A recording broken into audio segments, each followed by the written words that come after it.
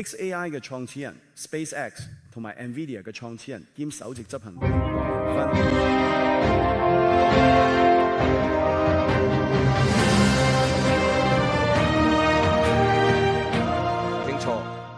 而家我相信我哋可以為我哋歷史上最偉大嘅兩位領導人之一獻上更熱烈嘅掌聲。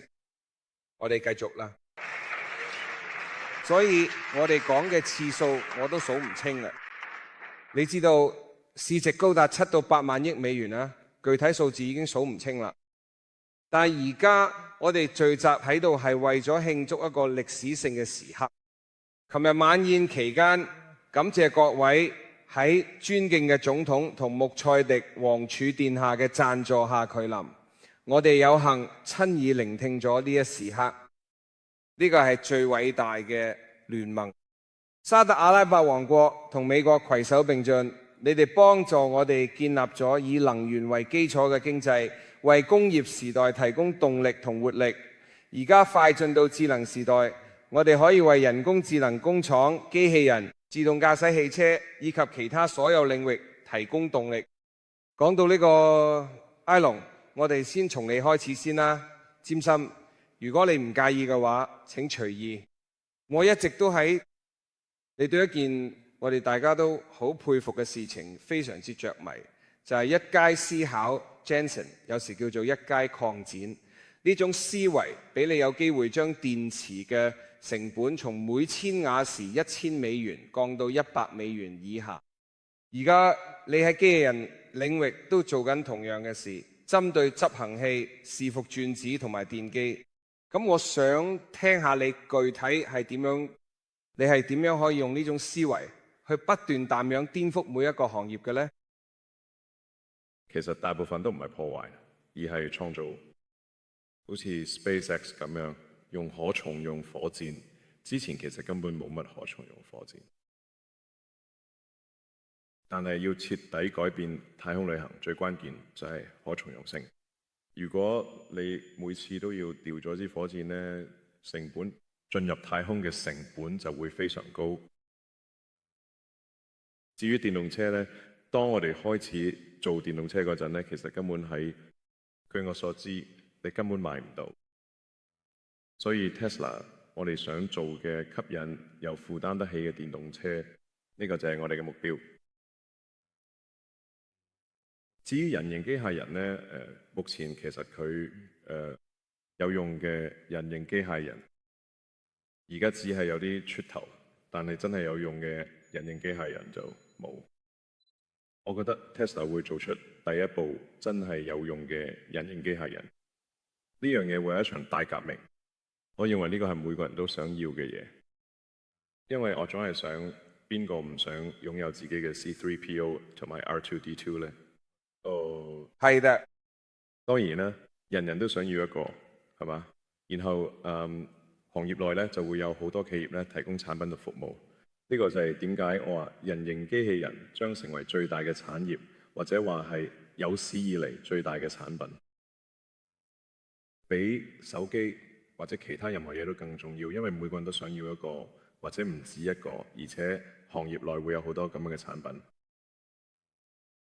我只想讓 R2D2 裝進 C3PO 嘅身體裏邊。係噶，喺嗰度去。我覺得人形機器人比 RTD2 同埋 C3PO 強10倍。係嘅，所以你知啲人成日經常談論消除貧困之類嘅事情，但係實際上佢哋談論呢件事有幾耐㗎？你知啊，而家係有好多討論啦。亦都好多非政府組織，我嘗試過做呢啲嘢，但係實際上並冇成功。證據顯而易見，人工智能同人形機器人將消除貧困。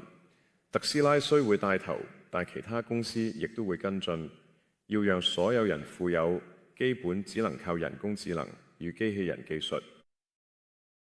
講到機械人，就一定要提 AI 工廠，而琴日對兩個國家嚟講都係一個歷史性嘅日子，對我哋大家都一樣，因為我哋慶祝同美國建立 AI 戰略夥伴關係，呢份協議由尊貴嘅總統同殿下親自見證簽署，講明我哋會投入資金、能源同土地去推動 AI 發展。美國生態系統可以建立推理節點、訓練節點，並且成為全球最具 AI 能力嘅國家。有咁大嘅宣佈之後 ，Jensen， 你可唔可以講下 AI 工廠下一步會點？有個好靚嘅故事咧，就係沙特阿拉伯點樣由建設 AI 煉油廠到而家由石油煉油廠轉型做 AI 工廠。我好中意呢個講法。我成日都話 AI 係一種基礎設施，原因好簡單，因為我哋從技術角度嚟到 AI 點樣徹底改變每一個行業。數碼智能當然可以應用咗每一個領域，咁所以每間公司、每個行業、每個國家都會用到嘅。咁樣嚟講 ，AI 係一個基礎，亦都係基礎設施嘅一部分。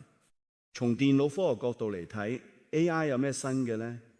以前嘅運算方式主要都係檢索式運算，有人打字輸入咗嘅故事，又或者有人創作嘅一幅藝術品，或者整咗4個版本嘅數碼廣告。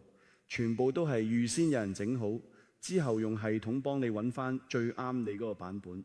呢個就係檢索式運算模式，好似 Hadoop 同以前好多框架同作業系統都係設計嘅，幫你揾翻最啱你嘅資訊。但係而家軟件會即時生成，佢係生成式嘅。根據你嘅情景環境，你係邊個，你問咩問題，你嘅提示佢都會為你生成獨一無二嘅內容。每一次對每一個人嚟講咧，都係獨特嘅。你用 Grok 嘅時候，每次用都唔同。我哋全部人都中意 Grok， 係咪先呢？根據你俾佢嘅提示同埋當時嘅情況，所以以前其實係以檢索為主嘅，而家就係生成式嘅。如果係生成式，而且每次都唔同，你就需要全世界都有 AI 工廠實時咁去生成內容。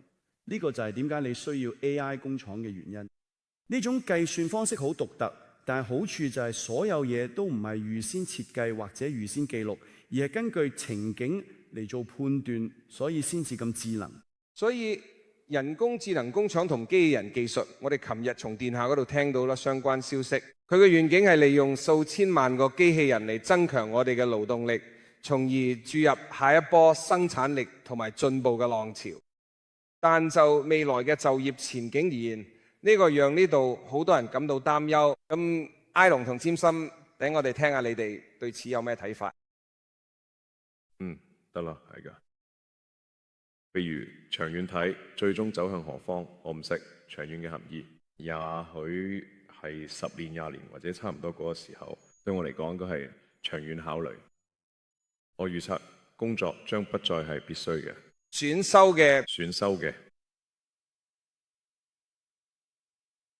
我哋接受。係嘅，我嘅意思就係呢個就好似參加體育運動啊、玩電子遊戲之類嘅。如果你想工作，都可以用同樣嘅方式，就好似你可以去鋪頭買嘅蔬菜啊，或者你都可以喺自己後園種菜啊。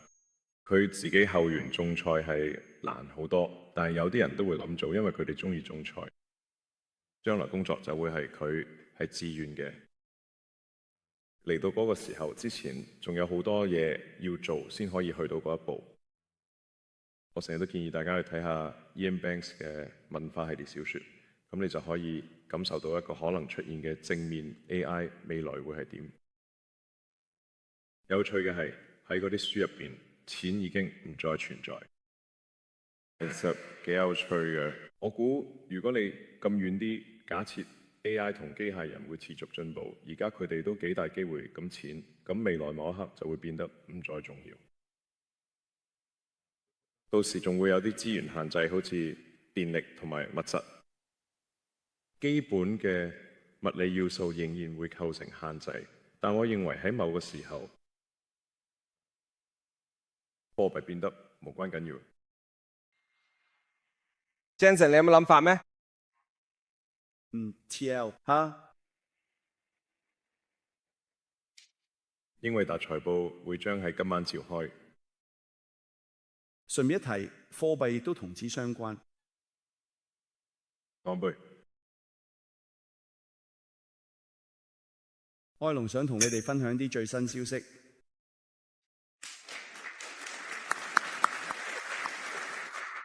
我哋兩個都鍾意分享一啲突發新聞啦。我認為你可以從不同嘅角度去看待問題。每個人嘅工作內容咧都會有所不同，我覺得肯定冇錯。學生嘅學習方式將會唔同，啲人們嘅工作方式咧顯然會有所不同嘅。因為我哋以前咧做嘅好多平凡艱辛或者非常困難嘅事情咧，而家都會變得非常簡單啦。因此，從呢個意義上講，我哋嘅效率會更高。我想講其中一樣嘢咧，就係對大多數人或者公司嚟講，如果你嘅生活變得更有效率，而你以前做得好辛苦，佢哋變得簡單啲，其實好大機會會咁樣，因為你會有咁多新主意，你就會有多啲時間去追尋唔同嘅事。我估Elon呢，因為 AI 咧會變得更加忙碌，我自己都因為 AI 會變得更加忙。原因就係因為我哋有咁多想追求嘅新主意，公司入邊仲有好多未做嘢咁等緊我哋去實行。如果我哋效率高啲，就可以更快做到嗰啲嘢。所以短期內我會話有好多證據顯示我哋會更有效率，但係同時都會更加忙碌，因為我哋真係有太多新主意。有一樣嘢我想講下，俾個證據你睇下。就係我啱啱都同Elon講過，例如放射科，其實而家大部分都已經轉做 AI 主導嘅放射科。有冇公司做得真係好出色？最出人意表嘅係，之前大家預測話放射科醫生會係第一批被取代嘅職業，結果完全相反。而家個趨勢反而係因為 AI 請咗更多放射科醫生。如果你退後一步嘅，其實原因係放射科醫生嘅目標唔係淨係研究啲影像。放射科醫生嘅目標係診斷疾病。而家研究影像變得咁高效，佢哋可以喺更多影像研究更多唔同類型，仲可以花多啲時間同病人相處。結果就係佢哋而家真係可以接收更多病人。我哋而家全球都做緊更多放射科檢查，我哋喺疾病診斷方面做得越嚟越好啦。所以呢個就係人工智能同生產力喺短期內可能取得嘅成果。我哋拭目以待。睇下長期發展會點樣？你知道當貨幣唔再重要嘅時候，你只要提前話俾我聽聲就得啦。你會預見到嘅，你會預見到嘅。我哋成日發短信啦，所以就有嘅，直接發短信通知我。提前我都幾同意你嘅兩個嘅講法，因為如果你睇返每一個科技潮流，每一種通用技術，最終都係帶嚟正面影響。對全球、對人類都係咁。等我同你分享兩個案例。閣下，我覺得正正就係因為所有偉大創新者，例如 Elon 嘅，都有好多好主意。的確，占心亦都係。你知道？多謝。咁等我同大家分享兩位沙特創新者嘅故事，以及英偉達同埋 Grok 所做嘅好多出色工作。喺呢幾位傑出嘅學者當中，其中一位係著名嘅化學家。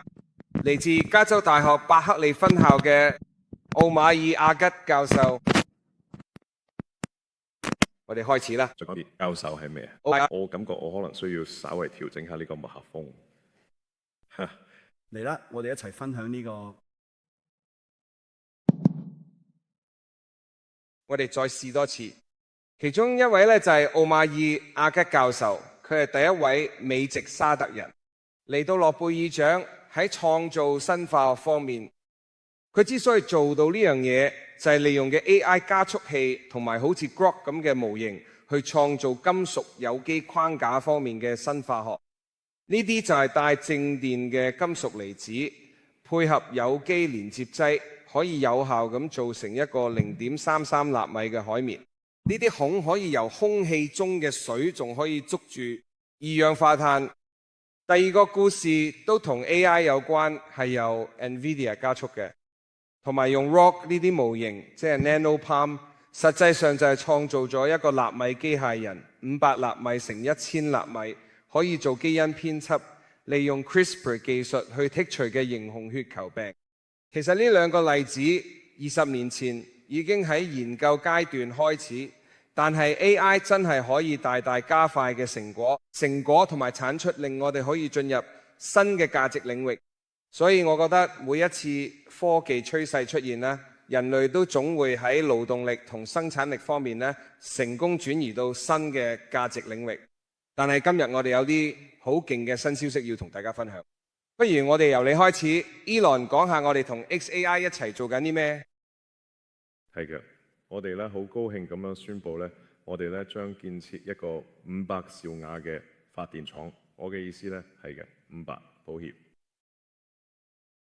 ，500兆瓦，500兆，係嘅，情況確實就係咁樣。發電量為500兆瓦。抱歉咧，呢係啊，係500吉瓦，仲的等等啊，所以咁將係8萬億美元。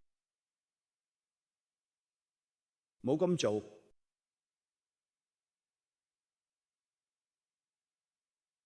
千祈唔好咁做喎。係啊，做咗沙同埋沙特阿拉伯王國咧，正係進行人道500兆瓦，第一階段50兆瓦，我哋正在同英偉達合作完成呢項工作。祝賀人道主義團隊同埋目標團隊，太正啦 ！Jensen 啦，我覺得我哋今個禮拜都會有一啲好正嘅消息要宣佈。我哋係咩？我哋將宣佈各種各樣嘅事情。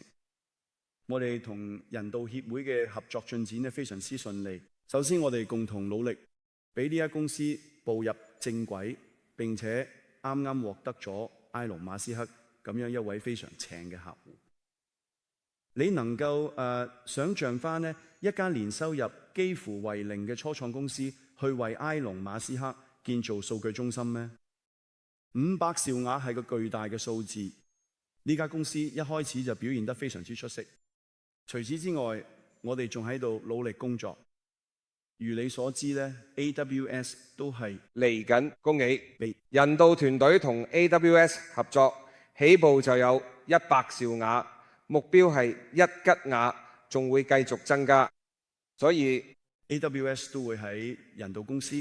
我哋同人道合作做 Omniverse 數碼孖生。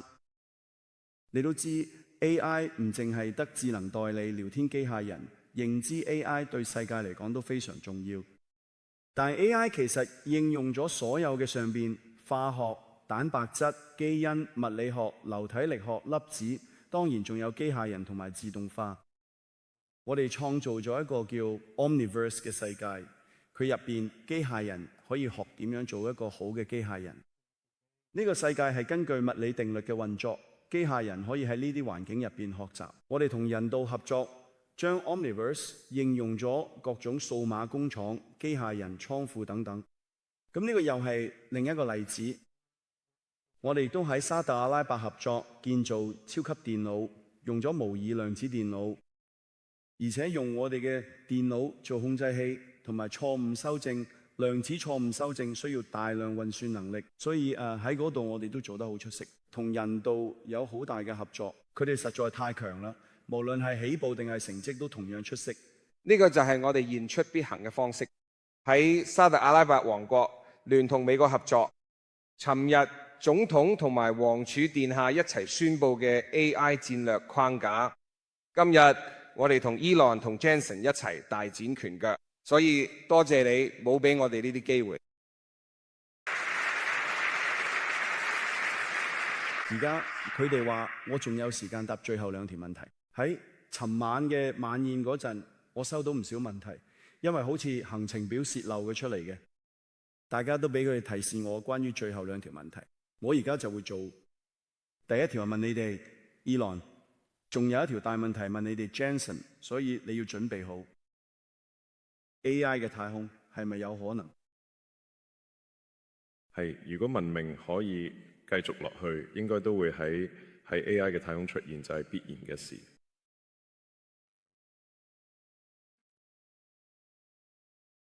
你知啦，我成日都要加句前言先。我哋唔應該視文明為理所當然，我哋要確保小心啲，令文明可以持續向上發展。即係任何讀過歷史嘅人都知道，文明唔係永遠都向上走。事實上，文明都有啲自己嘅生命週期。咁所以希望我哋而家係個強勁嘅上升期。我覺得暫時係啦，但係我哋唔可以當呢樣嘢係必然或者變得自滿啦。但係點樣去諗 AI 嘅太空呢件事呢？如果要達到卡爾達肖夫異形文明嘅任何有意義嘅百分比，即係你用到太陽能量嘅100萬分之一，你都一定要有太陽能驅動嘅 AI 衛星嘅深空運作。所以一旦你用卡爾達肖夫異形文明嘅角度去睇，即係你將太陽能量嘅幾多百分比轉化成有用嘅工作，咁你就會發現太空其實係最重要嘅，絕對係。地球其實只係接收到太陽能量嘅大約20億分之一，所以如果你想要獲得比地球可能產生多100萬倍嘅能量，你一定要去太空發展。所以話有間太空公司就真係幾方便啦，我哋賣書更易，仲可以冷卻太空芯片。係嘅。太空更易俾個芯片降溫。太空中肯定係冇水嘅，所以你得做一啲跟水無關嘅事情先得。但只不過係散發光芒即可，咁係正確嘅。所以我嘅估計係實際上電力成本就好似人工智能喺太空中嘅成本效益咁樣呢，將遠遠優於地面上嘅人工智能。所以喺地球上面所有潛在能源耗盡之前，好耐好耐以前。我嘅意思係，我認為甚至可能喺5年嘅時間範圍內，實現人工智能計算成本最低嘅方式係使用太陽能人工智能衛星。所以呢，我估計唔會超過5年。睇下我哋正喺共同建造嘅超級計算機啦。假設每個貨架從2厘，呢2粒鐘。可能有少少956冧係用於冷卻嘅，正確嘅。咁想像下嗰台小型超級計算機有幾就，對吧？呢啲嘅 GB300機架咧，每一個咧都非常之細。而家就連發電咧都已經變成一個挑戰。咁所以如果你開始考慮無論係發電定冷卻方面要擴展，你就會發現太空真係好有吸引力。咁例如話你想1年做200或者300吉瓦，用嚟做 AI 運算，喺地球上做到呢個規模其實好難。所以美國平均用電量，上次我查過呢，大約係每年460吉瓦左右。咁如果你話你1年用300吉瓦，咁即係差唔多等於美國全年發電量嘅2/3，每年嘅發電量。你冇可能見到咁多發電廠去應付呢個需求。如果你再提升到1年1太瓦呢，根本唔可能做到。譬如你必須喺太空中咁樣做，地球上根本唔可能每年產生1太瓦嘅電力。而喺太空中，你則擁有源源不斷嘅太陽能。其實你唔需要電池，因為太空裏永遠都係陽光明媚嘅。對，正是如此。太陽能板咧，亦都更加省錢，省去咗玻璃同埋框架。冷卻方式完全係輻射式嘅，咁所以我覺得呢個就係夢想。係嘅，呢個就係夢想。所以占心，尋晚每個人都喺度問我呢個問題。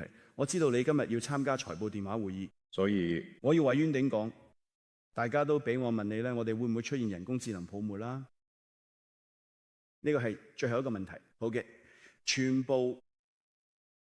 我哋話俾你聽，我哋睇到咗啲乜嘢？所以我覺得，當你觀察世界各地發生咩事，翻去計算機科學同計算領域最基本嘅原理，其實係好重要嘅。有3樣嘢而家發生緊。第一樣咧就係大家都知道摩爾定律已經去到盡頭。而家計算需求同一般用途計算可以提供喺運算量之間嘅差距，真係好大挑戰。所以其實世界已經轉向加速計算有一段時間啦。我哋推動呢樣嘢已經超過20年啦。講個數據你聽，我啱去完超級計算大會，6年前 CPU 佔咗 90%， 喺全球超級計算機 Top 500入邊咧，6年前都係佢。今年就少過15%。由90%跌到1成，同時加速計算就由1成升到而家9成。咁你而家就見到個轉捩點，高性能計算由通用計算轉去加速計算。其實全球嘅雲端做得最密集、最需要計算力嘅其中一樣嘢，就係數據處理。單係處理原始數據已經有幾千億美元嘅計算量，同個人工智能完全冇關係。就係 SQL 處理數據框架，你知啦，大家嘅姓名、地址、性別、年齡、住咗邊、賺幾多錢，全部都儲咗一個數據框架入邊。而家成個世界都係靠呢啲數據框架運作，無論係銀行、信用卡定係電商，都係廣告推薦亦然，全靠數據框架推動，其計算成本高達數千億。所以首要因素係摩爾定律嘅終結。第二樣嘢就係生成式人工智能。過去15年呢，最重要嘅應用呢，就叫做 Rexis 推薦系統。我哋點樣知道喺社交媒體入邊要推薦咩資訊俾自己？你點樣知道要推薦咩廣告俾人？咩書、咩電影？世界互聯網咁大，如果冇推薦系統，我哋細粒根本冇機會見到啱自己嘅資訊。而家 Rexis 就係互聯網嘅引擎，而家就變咗生成式 AI。以前係用 CPU 跑，而家就用 GPU。咁樣就講到第三點，如果你只係睇呢兩個應用，唔少互聯網公司都可以單靠呢啲就建好多 GPU 超級計算機。當然喺呢個基礎上又帶嚟第三個機會，就係 Agentic AI。呢個就係 Grok、OpenAI、Anthropic、Gemini。Agentic AI 就係建立咗呢啲之上。但唔好忘記睇下，其實喺大家今日見到 AI 之下，仲有啲咩發生緊？成個計算方式都喺度轉變，由通用計算轉去加速計算。如果你考慮埋呢點咧，你會發現其實剩低嘅推動呢個革命性 Agentic AI 嘅資源，唔單止比你想象中少咗好多，而且全部都係合理嘅。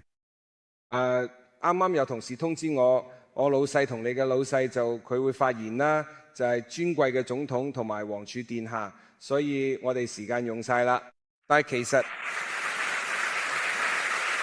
呢個就係我哋咁多嘅愛送俾你嘅 Elon 同 Jensen。但係其實呢個就係一個92年開始嘅聯盟，由能源轉型到數碼，再到智能時代，全靠 Elon 同 Jensen 呢啲先鋒推動，為咗服務人類，喺沙特阿拉伯王國同美國嘅支持下，從全新嘅基礎創造新嘅經濟、新嘅就業機會，為人類創造更美好嘅未來。感謝你給予我終生嘅合作與友誼，多謝你 Elon，多謝你占心。